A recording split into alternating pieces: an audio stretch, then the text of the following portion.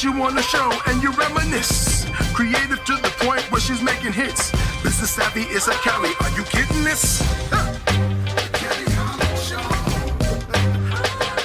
I'm liking this. Kelly Holland Show. Come on, y'all.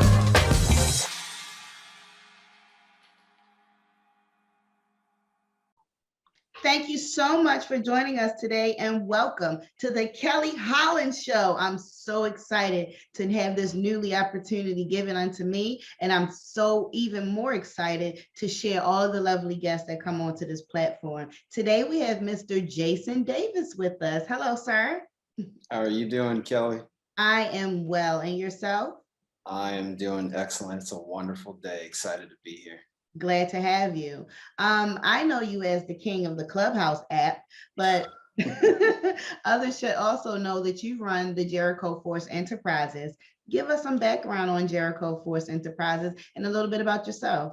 Yeah, sure. So I started my business, Jericho Force Enterprises, back in 2017, and I started off doing one-on-one financial coaching with families and small business owners. And so I focus on, from a financial education perspective, a lot of people, they need those foundational pieces. A lot of people want to jump to the building wealth, but they don't have the foundation, and that's budgeting, saving, debt, and credit. You get those four, then it's a lot easier to get to, the fun stuff, Kelly, like real estate and the stock market. So I started off doing that. And then as I began to look at my data, I realized a lot of the people I was serving, they were small business owners. So I started to lean more deeply into that, and they would bring up other issues like leadership and management, things like that. So I morphed over time into just a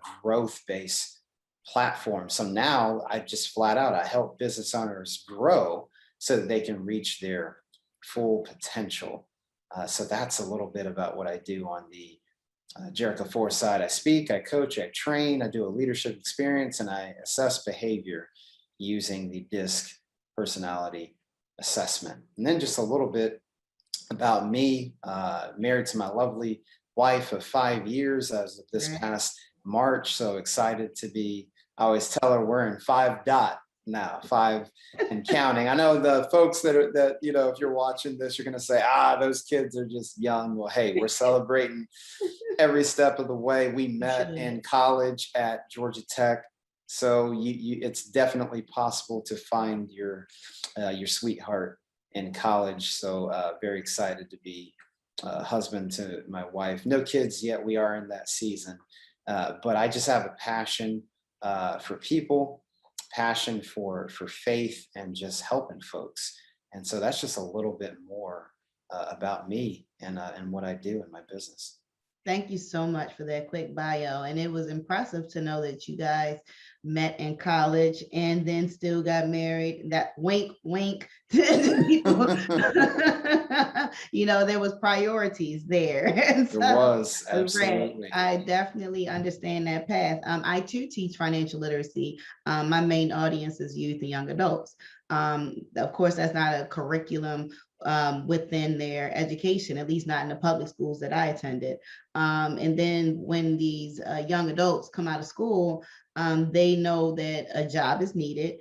But just like you said, savings, debt management, being able to forecast your income and know no one's stealing from you, being able to save enough and only shop when you reach a certain goal instead of saying, I'm about to spend this whole check, and I'll get another one back. Girl, you're going to be broke for 3-4 days. I promise you spend that whole check. It ain't going to last. So, and that item you purchase is not worth it. We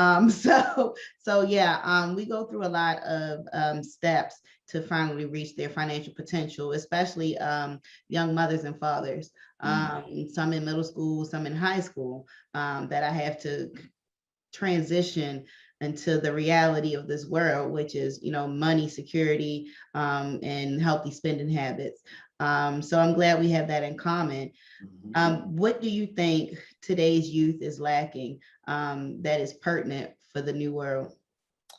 Oof, that is a loaded question, I Kelly. know you can go any way with it though. See how For lucky some, you are. I would say, and this is, the generations above them, we're partially to blame for this. I think because we live in an information age, there's Instagram, there's, Twitter, Facebook, and TikTok. There's all this info, and I feel like the kids kind of get lost in the middle of all that, and so I feel like it's purpose, right? I feel Mhm. like the kids need a sense of a fortitude, a foundation.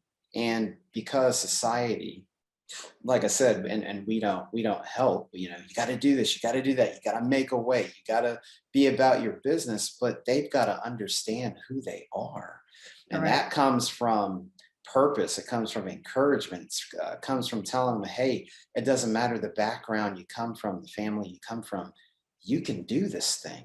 So I Mhm. think that's a big thing plaguing our kids today. And I have the luxury of speaking to kids in different capacities and whatnot. And that's what I really see is just we get so busy in this fast paced world. And I think our kids are, though they're more advanced in dealing with things younger, but we don't just allow kids to be kids anymore, right? With this amount of connectivity and you got to do something, you got to make something of yourself.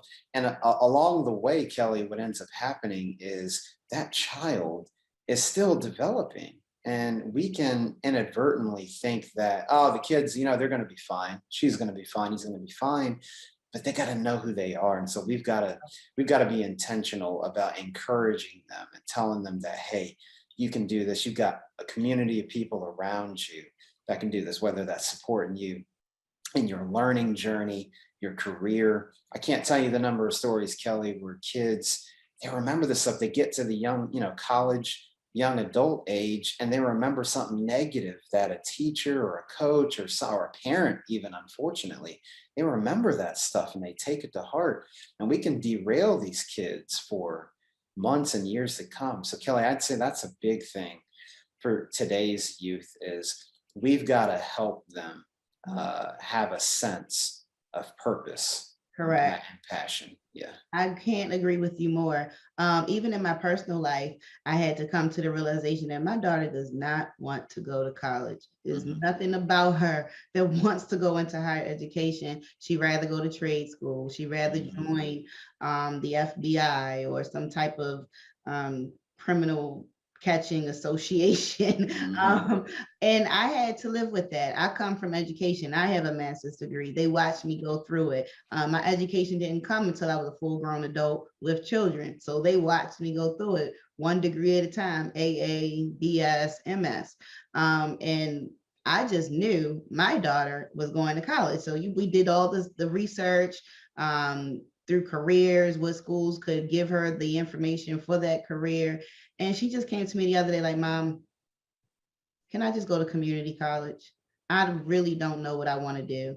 That was not a dig to me. That was her finding purpose within herself. That was her acknowledging that education is still important. That was her saying, I don't want to waste money. That was her saying, I've made my decision and I would like to be a liberal arts major for 2 years. And perhaps once I get all those gen ed creds out the way, I have a better idea of where I would like to spend my career. I didn't think that was the traditional answer, but I did applaud her because she said, I'm still going to achieve a goal, although I don't quite know all the ins and outs. And that's also important in our life when we set these goals. Many times we don't have the wherewithal. Many times we don't have the resources. Many times we don't have the network, but we have intuition, we have will, we have guidance. And if you're spiritual like me, you have the Lord on your side. And so within that prayer life, it's much easier for the things to come to you as long as you ask God for it. Father, please help me break into this area of business. Lord, give me the network that I need to move forward. Help me reach the resources that are important to get to the levels that you want me to reach. And at the same time, I still have no idea. So we're going on faith, right? Right. And we're going on the confidence that we have within ourselves or within God. And so when people can turn nothing into something at least one time out of their life, that there is your miracle. It's not the burning bush you need to look for, sweetheart. It's the how this was achieved without me doing anything, or somebody just making a phone call and boom, it was done. Very little effort goes into the miracles that are given to us, and they're given to us because we needed a jump start. Do you agree or disagree? Ooh, that's listen, Kelly, if you had a church and we're preaching, I would be right there. And the Lord said, ha. And the Lord said, ha. Grab your neighbor, ha. I feel a shout coming on. Yeah. Listen, if you were preaching, I would be there. I can't agree more, Kelly. And I love the transparency that you shared with your daughter. And that is a prime example of mother and daughter having a open enough relationship as mother and daughter to come together and have a tough conversation about just the reality of things and where she's at and what she's trying to do. So I just want to commend you for having that conversation. And I believe with the support you're giving her and with her giving that confidence, that's part of her foundation. She's seen her mother, she's seen the path that you've walked. And then now she's, it was said to me years ago, everybody, the family, it's all one tree, but everybody has their own root, their own offshoot. They'll always be part of the tree. She'll always be part of your tree. Kelly, so I love that interaction there. And it's those kinds of conversations I wish that every kid, every mother, daughter, every father, son, every father, daughter, every mother and son can have. Hey, mom, dad, this is what I believe that I can do, and I'd like to do this. And I feel like kids, even in those formative years, even going into college, there's always, I feel like they're walking around these invisible signs of, mom or dad, do you approve? Is this okay? Mm-hmm. And so in that moment you brought, I want to be something, or I want to be something. Yeah. Mm-hmm. So I absolutely agree. Kelly, you get me excited. I'm gonna tell you. I'm excited. I'll tell you that much. All day, honey, all day. We can do this. And I would love to come on to your show when it's up and running, so we can continue on with the conversation. In my experience, especially in the Black community, we're taught when you're 18, you're moving out, you're on your own, you're an adult. I used to subscribe to that methodology, and now I don't. I now see that it's too much of a struggle to have these financial burdens fresh out of school. And I believe in my household and for whomever I'm coaching at the time, that it's not important to get them out the house soon as they turn 18. It's important to make sure they are world ready, that they have the life skills. And that may require more time, maturity, that may require more of an adult relationship now that your child is growner and now that they have this older age, you can start to feed into them more of these adult situations and advice. And also help them to be financially prepared when it's time to leave. Sweetheart, you can move out when you finish college. You can move out anytime before you're 30. You can move out when you're 30. I really don't care the time limit. I want to make sure you are financially prepared. I want to make sure you are doing things in the right manner. Like you said, we went to college, we got married, we're having kids in this season. That's the exactly way it needs to happen. I don't need no teenage babies around here because you're still growing up, baby. You're still growing up and you need so much more help to get where you need to go now that you brought this new life into the world. Even although it's precious, right, that wasn't quite the order. And if that is your reality, that doesn't mean you're not able to grow. That doesn't mean you're not able to still do. It's just going to take you a little longer, and it's going to cost you a lot more money. Yeah, absolutely. Do you think kids need to be put out at the age of 18? No, here's what's interesting, Kelly. I feel like you said, in our community, I don't know that we ever really took time to unpack that. I feel like, sometimes we just take things on out of tradition. And I'm not knocking, maybe for certain people, they needed to at 18. But if you look at the world that we live in and the student loan crisis and whatnot, I'm a big believer it's always ever taken a village. And so I think it's important in the Black community to step back and say, okay, well, first of all, where did that come from? Like, hey, when you hit 18, that you're gone, it's like, well, let's look at the origin. A, where did that come from? B, what does it mean for my household? Or depending on your household, it might be and key word on might. It might be advantageous for that son or daughter to leave the house at 18. I don't think we can make blanket statements like that, because every family is different, right? And so I think we have to unpack what it means. What does it even mean to leave the house, period, whether that's 18, 25, whatever. And that means families coming together and talking about it. The Bible talks about training a child up in the way he should go, and when they grow old, they won't turn from it. So it's that spiritual foundation, it's a life skill foundation, it's a financial foundation, it's a values, principles foundation that they're getting in the house. And so depending on the circumstance, like, well, this child might want to go to community college, or they want to go to trade school, or they want to go get their bachelor's, or they have a plan, like shortly after their bachelor's, they want to go get their master's. I think parents have to talk openly with their kids about it. It's okay to set goals. It's okay to change goals. It's okay to not initially know what you want to do. There are resources, and in talking things out, we can handle it together.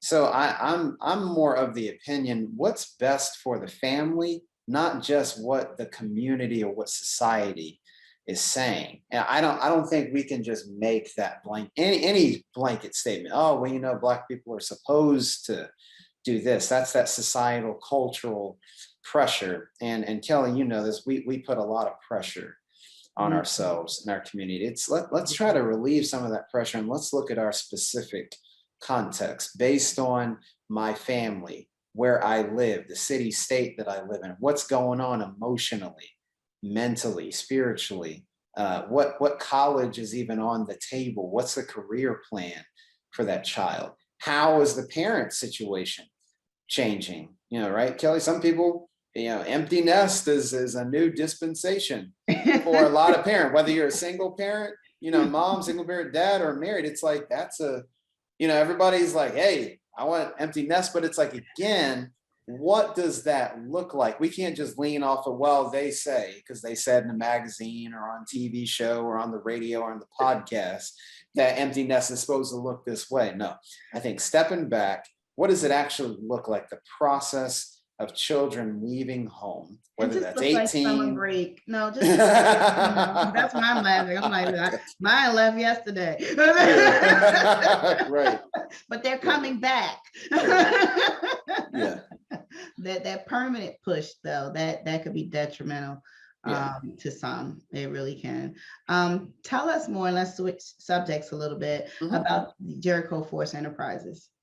Yeah, absolutely. Well, I talked about earlier that I help business owners grow so that they reach their full potential. What does that mean? Exactly. Well, we take an approach that's three parts. We look at business growth, personal growth, and spiritual growth.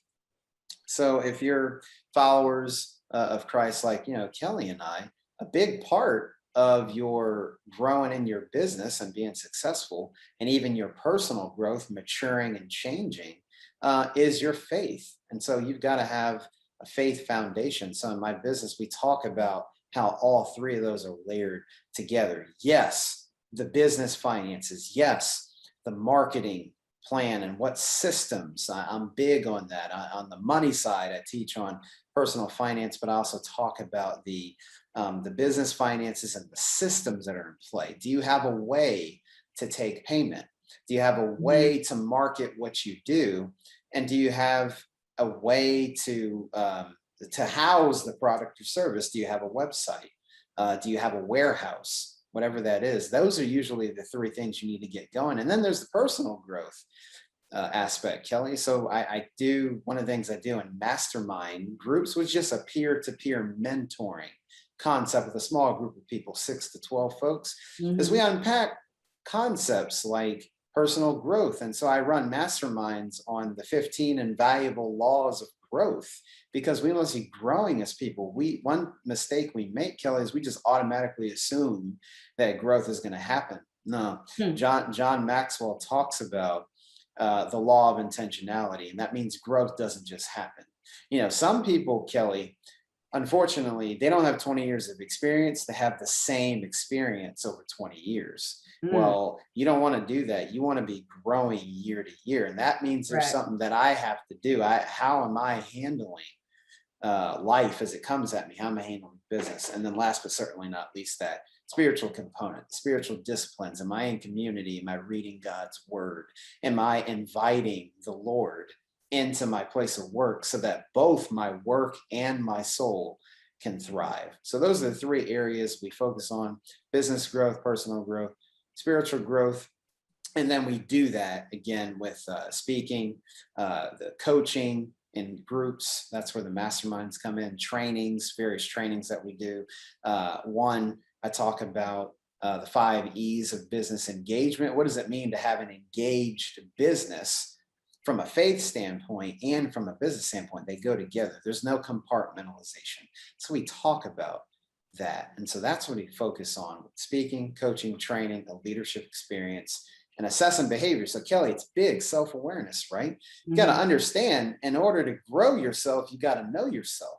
Correct. And so all of my clients, I have them take their DISC assessment so they can understand, hey, am I more introverted or am I more extroverted? Am I more task oriented or am I more relational oriented? And we talk about a personal development growth plan. Like, Jason, that's great. I'm a D and that's red. What does that mean? Okay, so here's some things. D meaning dominance. So here as a result of your assessment, here's what we can do. Here's how it'll help you grow personally, and here's how it impacts your business and the people around you. So that's what we touch on, Kelly. And even my book that I just launched back in March, Fortify Being Rooted in God's Plan for Work and Business. That's another resource that I help my business owners go through. Is like, hey, we got to integrate our faith into the work that we do. And here's some practical ways to do so with our values, with our leadership, with our finances, with our growth, with teamwork. I unpack 10 areas of work. So that's a little bit more about Jericho Force Enterprises. You're getting me going today, Kelly. I love it. I love it. I love it. And I like the business model that you set up. Quick question. What is your majority demographic? Absolutely. So Christian business owners that want to live out their faith in the work that they do. And Kelly, just being transparent, that was new for me. Before I wrote the book, I was being obedient. Look, pandemic, we were sheltered in place. A lot of people were doing things, now all of us, we were eating some good food. We were hitting Uber Eats and DoorDash and all that. Well, while I was doing that too, God called me to write a book. And so I went to a conference about 60 days before everybody was really sheltered in place. And I was at a men's conference and God really spoke to me and said, Jason, this is what I want you to write concerning the business community and how to inject your faith into it. So it was a little bit of a pivot, because in 2017, I was just doing the one-on-one financial coaching, focusing on that budgeting, saving, debt, and credit. But when God tells you to move, look, he says move. So with the writing of the book and then the other programs that I've added, he's really calling me to, hey, if you're a Christian business owner, a kingdom business owner, a faith-driven entrepreneur, that's who I'm serving. That's beautiful. Yeah. I like you, Jason. I like you too, Kelly. That's beautiful. I love to be around like-minded people. I love to hear their servant leadership. I love to hear the way you give back, and the good Lord has provided you an income from it for you and your family. And that's something out of nothing that I speak of all the time. Or reminds me of Tupac, the Rose from Concrete, like, how did that grow? Right. Right. And so, and just God's faith overall. Right. So with our affirmations, with our intentions, things definitely do work out. There is nothing that anybody has thought about long enough that has not come to, whether it been something negative or positive. It seems like we become our thoughts, and we execute one way or another.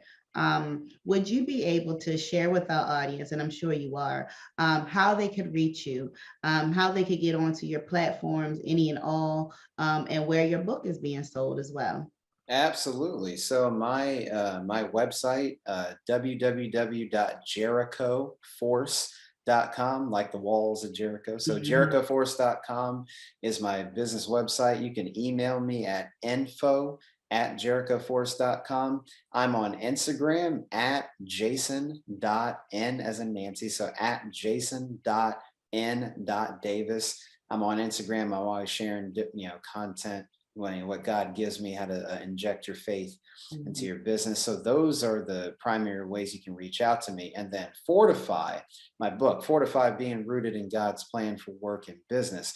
You can grab that on Amazon. It's available in paperback and ebook form. And Kelly, because I like you so much, here's just a sneak peek into what I'm planning in the future. I'm working on the audiobook. So in the near future, even the audiobook version of Fortify will be available. So folks, stay tuned. But until then, paperback and ebook, Fortify, Being Rooted in God's Plan for Work and Business. You can grab that on Amazon right now.